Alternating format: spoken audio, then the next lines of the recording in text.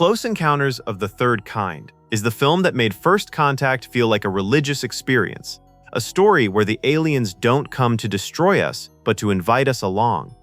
But even after nearly 5 decades, this film is still hiding secrets. Did you know Spielberg filmed what's inside the mothership, then buried the footage forever? Or that NASA sent Spielberg a 20-page letter begging him not to make this film? Today, we're uncovering 16 hidden truths about Close Encounters of the Third Kind, 1977, including shocking Easter eggs that reveal a secret connection to the Star Wars and E.T. movies. Number 1. The ending Spielberg wishes you never saw. In the original 1977 release, the film ends with Roy Neary walking into the mothership and the doors closing behind him. The audience never sees what's inside. That mystery was the whole point. But when Spielberg wanted to release a special edition in 1980, Columbia Pictures saw an opportunity. They agreed to fund the new cut on one condition: Spielberg had to film what was inside the mothership, so the studio would have a marketing hook to justify re-releasing the film. Spielberg gave in. He shot new interior footage on a $1.5 million budget, designed by visual effects supervisor Douglas Trumbull, showing a vast, luminous, cathedral-like space. But Spielberg regretted it almost immediately. In a 1997 documentary, he admitted, "I never should have done that, because that should have always been kept a mystery." By 1998, when he assembled his final director's cut, the mothership interior was gone for good, relegated to a deleted scene on the DVD. The version Spielberg considers definitive is the one where we never see what Roy found on the other side. Number 2. The droid hiding on the mothership. The alien mothership in Close Encounters is one of the most detailed miniatures ever built for a film. It was constructed by model maker Greg Jane and his team, and every inch of the surface was covered in intricate detail. But hidden on the underside of that model is a passenger nobody expected. An R2-D2 figure from Star Wars was affixed upside down to the bottom of the ship. The visual effects work was handled by George Lucas's ILM studio, and someone on the team slipped the little astromech droid onto the hull as a secret tribute. Spielberg's camera briefly captures the inverted R2-D2 during the climax, as the mothership rises in front of Jillian's silhouette. But R2-D2 isn't alone. The original model is now on display at the Smithsonian's Udvar Hazy Center, and visitors can spot a TIE fighter, the small fighter ships from Star Wars, and a shark from Jaws. The mothership is a treasure chest of Easter eggs that most viewers have never noticed. Number 3. NASA called this film dangerous. Before production began, Spielberg reached out to NASA and the US Air Force, hoping for their cooperation on the film. Both agencies read the script and said no. But NASA went further. They sent Spielberg a 20-page letter warning him not to make the movie because it was dangerous. Instead of scaring him off, the letter had the opposite effect.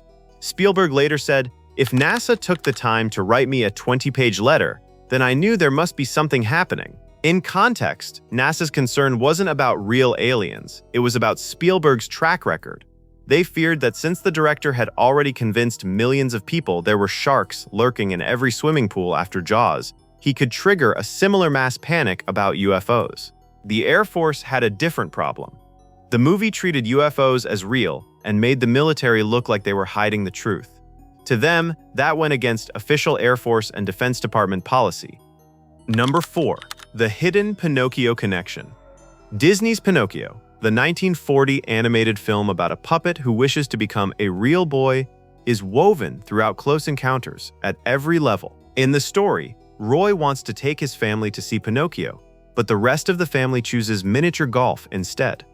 During Little Barry's abduction sequence, a music box playing "When You Wish Upon a Star" can be heard. John Williams' score incorporates phrases from the same song during the final sequence with the mothership.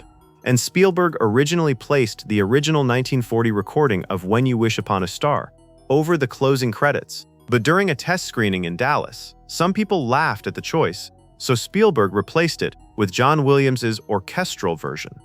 The connection is not random. Pinocchio dreams of becoming more than a wooden puppet. Roy dreams of becoming more than an ordinary man. And by the end of the film, both of them get their wish. Pinocchio becomes a real boy, and Roy steps into the mothership to become part of something far beyond normal human life. Number 5. The film is secretly about Spielberg's parents. During an episode of Inside the Actor's Studio, host James Lipton pointed out something to Spielberg that the director had never consciously realized. Lipton said, "Your father was a computer engineer. Your mother was a concert pianist. And when the spaceship lands, they make music together on the computer." The implication was startling.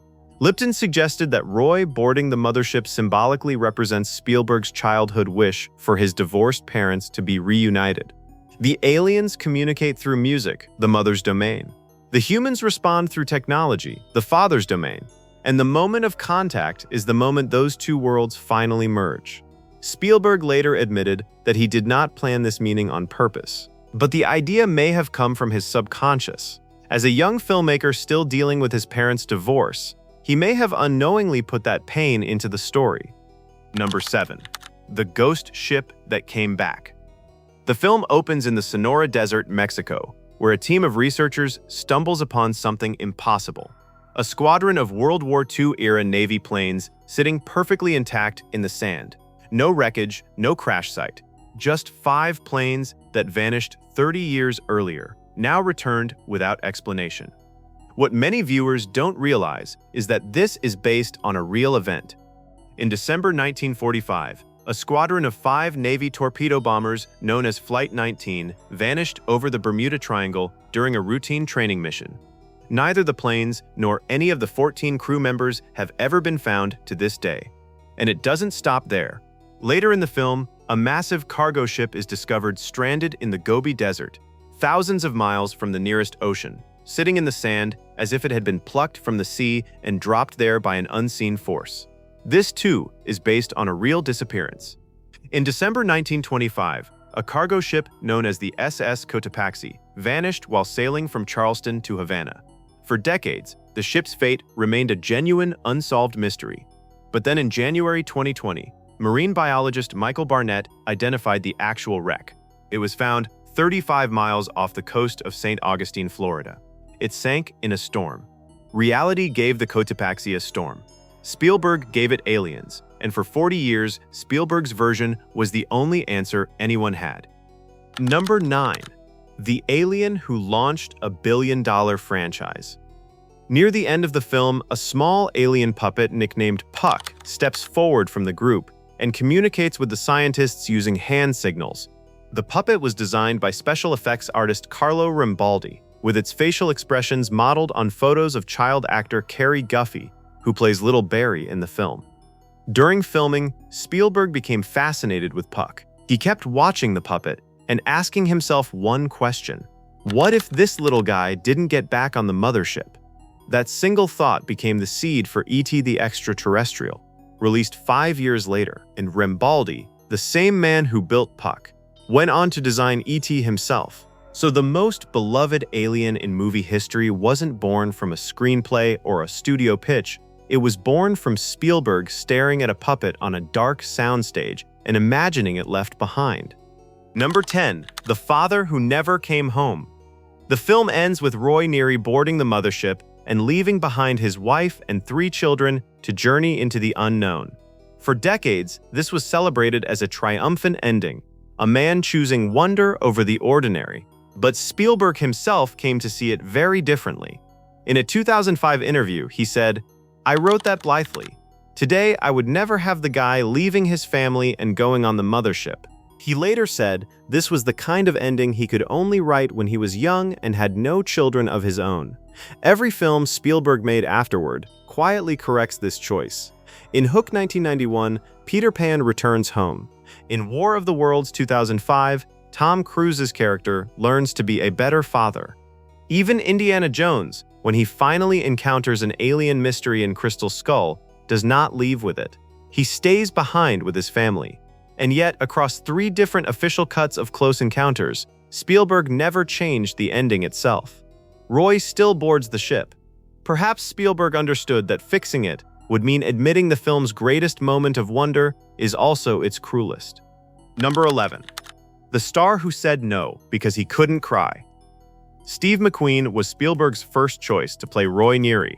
McQueen read the script and genuinely liked it, but he turned it down for a reason nobody expected. He said he couldn't cry on cue, and he believed the role needed an actor who could.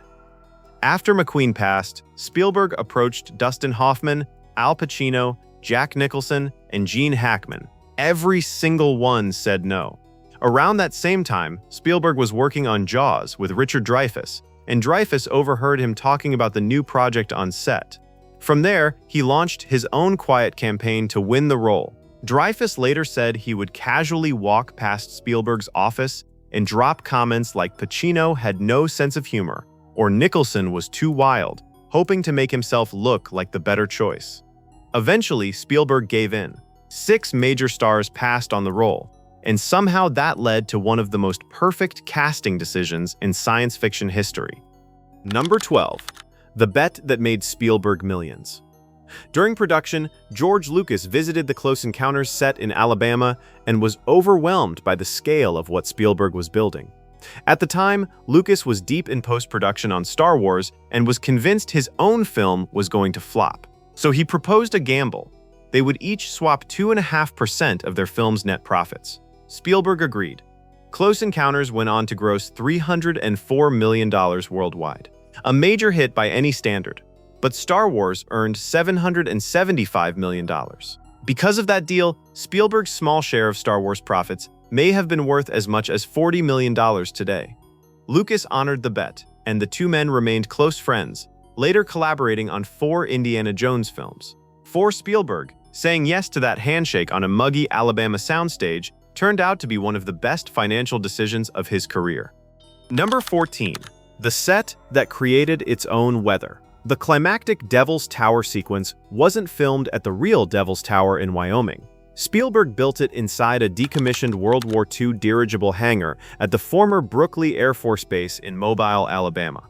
The hangar was enormous, around 300 by 300 feet, far bigger than any normal Hollywood soundstage. It was so huge and humid that clouds actually formed near the ceiling, and sometimes it even rained indoors. Spielberg also had to manage dozens of giant lights to make the landing site feel like a massive government operation. The lights helped create the glowing, otherworldly look of the mothership's arrival. Even though these Devil's Tower scenes make up only a small part of the final movie, they took almost half of the entire shooting schedule to film. Number 15. The 3-year-old who outperformed everyone.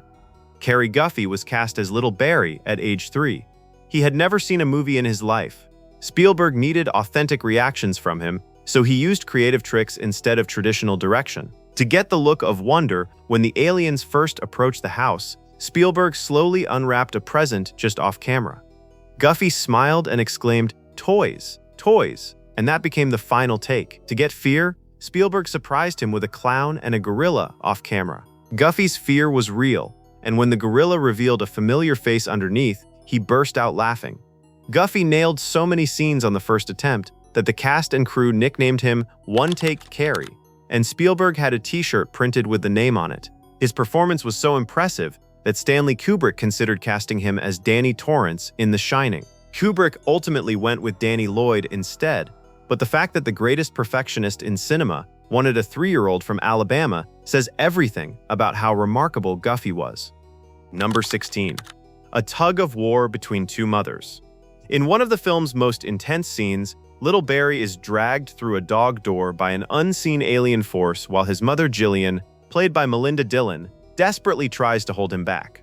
The scene looks terrifyingly real because, in a way, it was.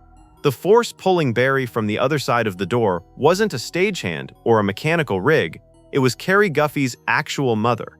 The production placed her outside the door while Dillon held on from inside, and the two women physically pulled the child back and forth between them. Guffey later described it as a tug of war between my real mom and my fake mom. The result is one of the most visceral moments in the film, and it works because the physical struggle is completely genuine. The boy wasn't acting, he was being pulled. Close Encounters of the Third Kind isn't just a film about aliens. It's about the ache of wanting something so badly that you're willing to lose everything you have to reach it. So here's my question for you. If that mothership landed tonight and the door opened, would you walk through it? If this video surprised you, Hit like and subscribe because every week we uncover the secrets that Hollywood buried inside the films you thought you knew.